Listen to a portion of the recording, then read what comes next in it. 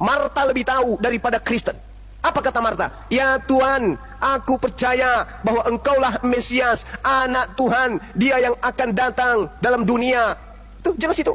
Dan sesudah berkata demikian, ia pergi memanggil saudaranya Maria dan berbisik kepadanya, Guru, guru kita ada di sana dan dia memanggil engkau. Coba. Marta ketika membisiki Maria, dia tidak mengatakan, Maria, ya paman, Tuhan kita ada di sana. Enggak.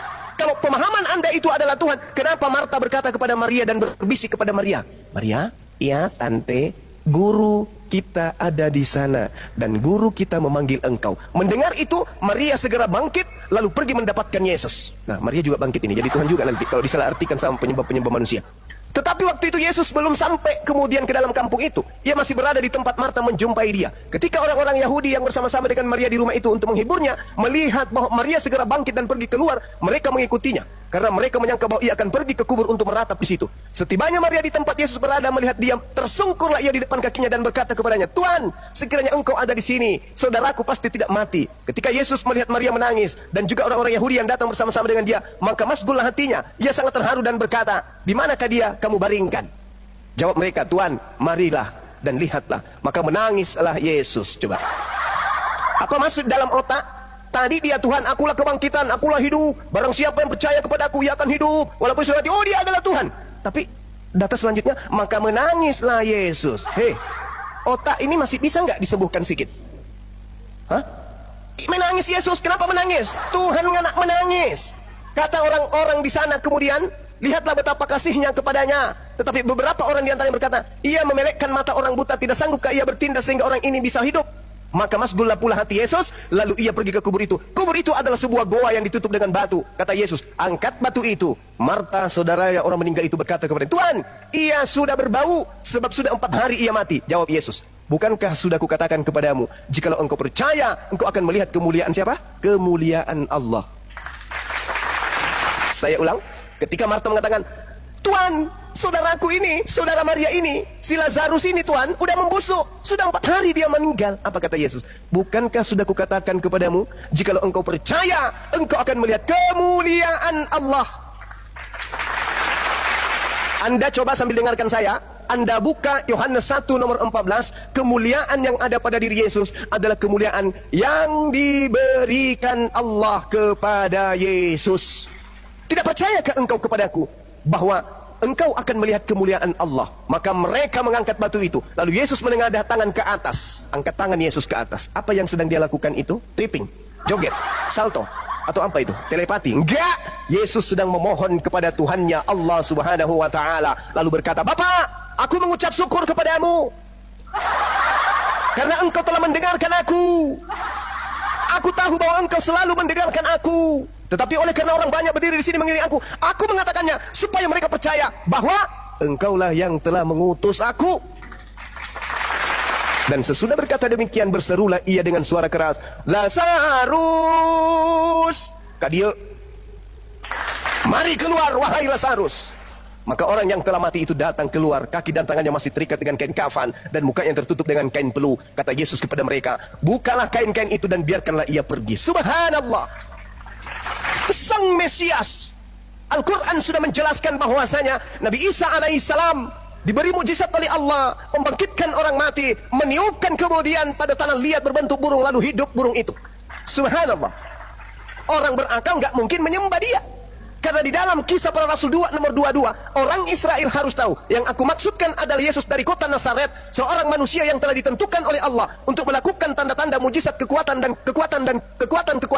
yang dilakukan oleh Allah melalui perantaraan Yesus.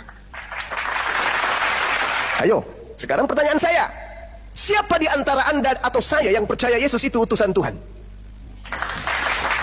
Saya dong, saya percaya dia utusan Tuhan. Saya memperoleh hidup yang kekal. Saya hidup meskipun saya mati. Sedangkan Anda percaya dia Tuhan. Salah konsep, salah resep, salah makan obat. Salah guru ente. Salah guru. Belajarlah pada orang yang benar-benar murni untuk keselamatan ente. Makanya saudara, makanya nih, mohon izin saudara-saudara Muslim dan juga Kristen. Makanya seketika kemudian cerita-cerita ini berlalu, tersebar di kalangan orang-orang Yahudi kemudian, pemuka-pemuka orang Yahudi panik sepanik-paniknya. Kenapa bisa? Yesus bisa membangkitkan orang mati loh. Ah, masa? Yes, aku lihat dengan mata kepalaku sendiri. Coba Anda baca ayat selanjutnya, Bung. Data nomor 45. Banyak di antara orang-orang Yahudi yang melawat Maria, melihat Lazarus dibangkitkan, menyaksikan sendiri apa yang telah diperbuat Yesus, dan percaya kepada Yesus. Tetapi ada yang pergi kepada orang-orang Farisi, melaporkan, menceritakan, mengadukan kepada mereka apa yang telah mereka lihat tentang apa yang Yesus perbuat di tengah-tengah mereka, yaitu membangkitkan orang mati. Lalu imam-imam kepala dan orang Farisi kemudian memanggil mahkamah agama untuk berkumpul, dan mereka berkata, apa yang harus kita perbuat? Sebab Yesus ini membuat banyak mujizat, sampai dia membangkitkan orang mati, orang buta melihat, orang lumpuh berjalan. Kalau kita biarkan saja si Yesus, maka semua orang akan percaya kepadanya. Dan kalau sampai itu terjadi, orang-orang Roma akan datang dan merampas tempat suci kita serta merampas bangsa kita. Panik mereka, panik.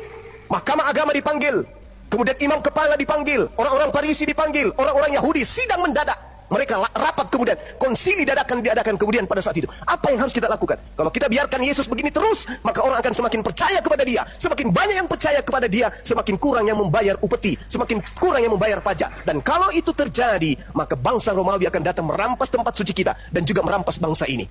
Tetapi seorang di antara mereka, yaitu Kayafas, imam besar. Sekali lagi saya katakan, bukan pendeta, bukan pastor, bukan penatua, bukan jemaat, bukan kaleng-kaleng, tapi seorang imam besar, ahli Taurat, mahkamah agama, orang Farisi, imam-imam kepala ada di bawah kekuasaannya. Seorang imam besar tahun itu kemudian berkata kepada mereka, kamu tidak tahu apa-apa, dan kamu tidak bertobat, bahwa lebih berguna bagimu jika satu orang Yesus mati untuk bangsa kita daripada seluruh bangsa ini binasa. Jadi apakah ada nubuat seorang imam kepala bernama Kayafas? Apakah ada nubuat? Oh, sebagaimana sudah dibuatkan di dalam Yesaya 40, Yesaya 53, Yesaya 53, Yesaya 52, ada di Yesaya 9 nomor 6. Segala macam tetek bengek dari pendeta Yesus mati kan ada nubuatannya. Ini pembuktian, tidak ada nubuatan-nubuatan. Yesus harus mati demi politik, demi ekonomi. Tidak ada itu nubuatan, itu muncul dari gereja. Yesus mati kenapa? Sudah dibuatkan, ada di dalam sini. Nenek Lukiper, tidak ada itu nubuatan. Yang terjadi, seorang imam kepala, imam besar pada tahun itu, yang mengepalai mahkamah agama, yang mengepalai imam-imam kepala, yang mengepalai orang Farisi, yang mengepalai ahli Taurat, yang mengepalai orang Yahudi, bernubuat tahun itu juga. Apa katanya?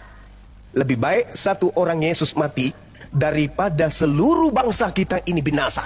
Hal itu dikatakannya bukan dari dirinya sendiri, tetapi sebagai imam besar pada tahun itu dia bernubuat. Jadi jangan ngemis-ngemis nubuat, jangan minta-minta nubuat di dalam Yesaya, kitabnya orang Yahudi.